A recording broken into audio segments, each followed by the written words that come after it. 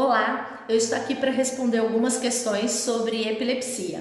A primeira é de que forma a epilepsia interfere no desempenho escolar e a segunda é quais as consequências das crises de ausência. Então, para a gente definir isso, o que é epilepsia? A epilepsia é um distúrbio no cérebro caracterizado pela persistência em gerar crises epiléticas e pelas consequências que isso traz para o próprio indivíduo, consequências a nível cognitivo e psicossocial. Agora, a crise de ausência, na verdade, ela é uma crise epilética. Então, ela é uma manifestação repentina de descargas elétricas em um grupo de neurônios do cérebro, às vezes num grupo só, então quando ela é focal, ou quando ela é generalizada, ela atinge várias redes neurais de uma vez só. No nosso cérebro existem milhões de neurônios, formando redes que se comunicam entre si através de impulsos elétricos. Essa comunicação é finamente regulada. Os padrões de disparos elétricos se alternam à medida que diferentes redes neuronais são ativadas.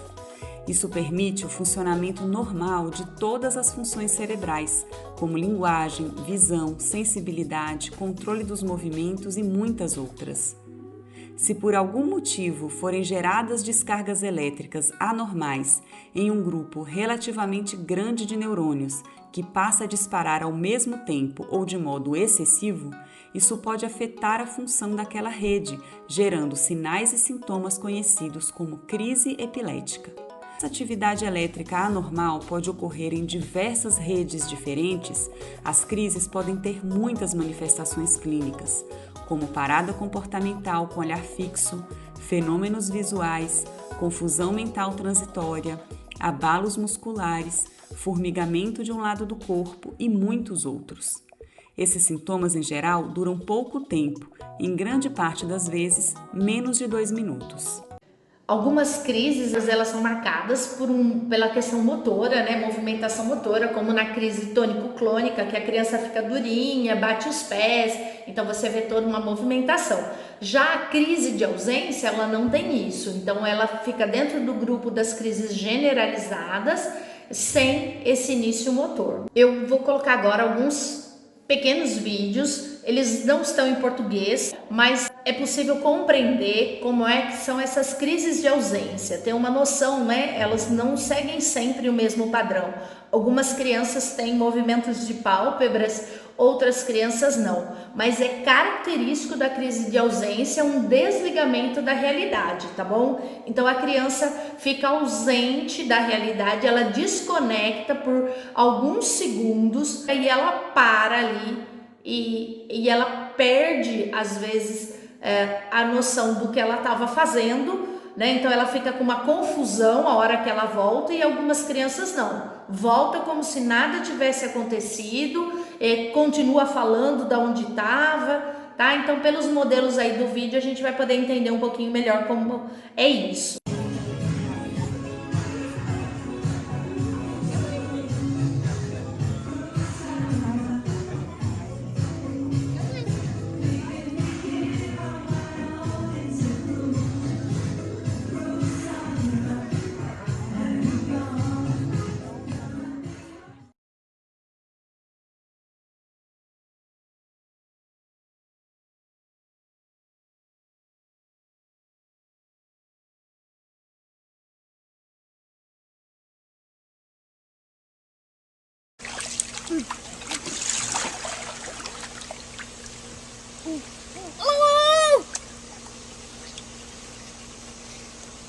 Haley, what's up? Haley, what's up? Haley, what are you doing? Nothing. I got my dog. Wow! Haley, Haley, what are you doing?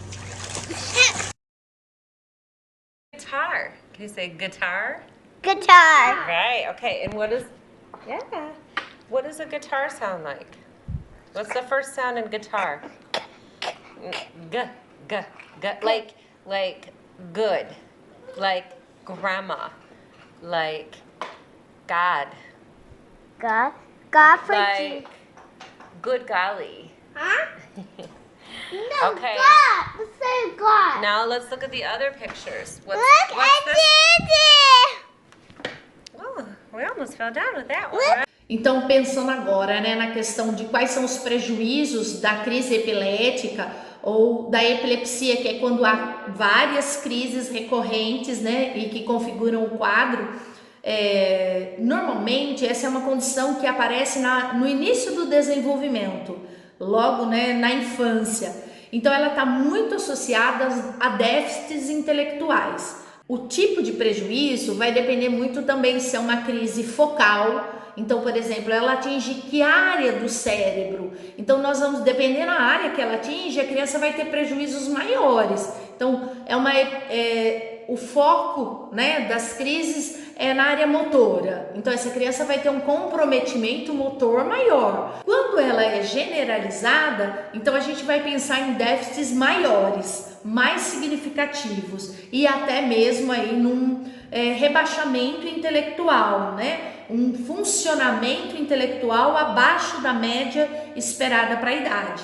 Outra questão nesse quadro da epilepsia é o uso dos medicamentos antiepiléticos, que são fundamentais para controlar as crises, mas que a longo prazo têm efeitos no desenvolvimento do cérebro do aluno. Então, esses medicamentos, eles apresentam efeitos mínimos sobre as funções cognitivas, alguns deles, mas outros causam maior impacto na motricidade. Os medicamentos que têm a finalidade maior de reduzir os impulsos nervosos, eles atuam mais diretamente na motricidade, então a criança fica mais lenta motoramente. E por sua vez também tem maior dificuldade de concentração, maior dificuldade de atenção, que também vai interferir na formação das memórias de longo prazo. Então vira um combo. Ela precisa do medicamento, só que o medicamento reduz os impulsos nervosos dela e aí vai reduzir a atenção, concentração, capacidade de memória, que acaba então gerando também problemas de aprendizagem. Com relação à sala de aula, como que a gente pode ajudar então o nosso aluno que tem essa condição? A gente pode ajudar, na verdade, sempre no início, retomando os conteúdos aprendidos, então fazendo link com aquilo que foi estudado no dia anterior ou durante a semana, para que você vá resgatando isso para ele, tá bom? Porque pode ser que de repente ele teve uma crise e ele perdeu essas informações. Ou também por conta da dificuldade de memória, ele também não consiga resgatar com facilidade. Então, quando você vai, olha, isso tem a ver com isso, a gente já estudou, você vai construindo uma linha do tempo, né, daquilo que você está ensinando, isso facilita para a criança.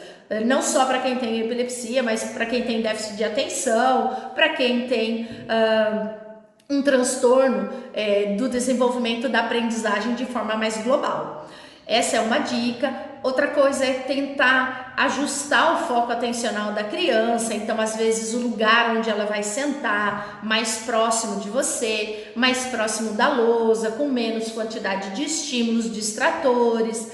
Você chamar a atenção dela mesmo, fazer perguntas, tentar fazer um link do que você está ensinando com conteúdos da vida, com questões práticas, significativas, trazer uma curiosidade sobre aquilo, né? Trazer algo diferente para o conteúdo, uma experiência, uma vivência, porque quando você vai utilizando mais de uma estratégia, então você está usando para trabalhar um conteúdo, você está usando estratégias visuais, estratégias auditivas, estratégias que demandam a questão procedimental, prática, você me entende que essas informações elas vão ser alocadas em lugares diferentes do cérebro, então você tem mais chance, essa criança tem mais chance de resgatar essa informação depois. A gente pode ir fortalecendo, né, a memória através de experiências significativas, estratégias que permitam que ela se aproprie de um determinado conteúdo de diferentes formas. Espero ter ajudado e até a próxima!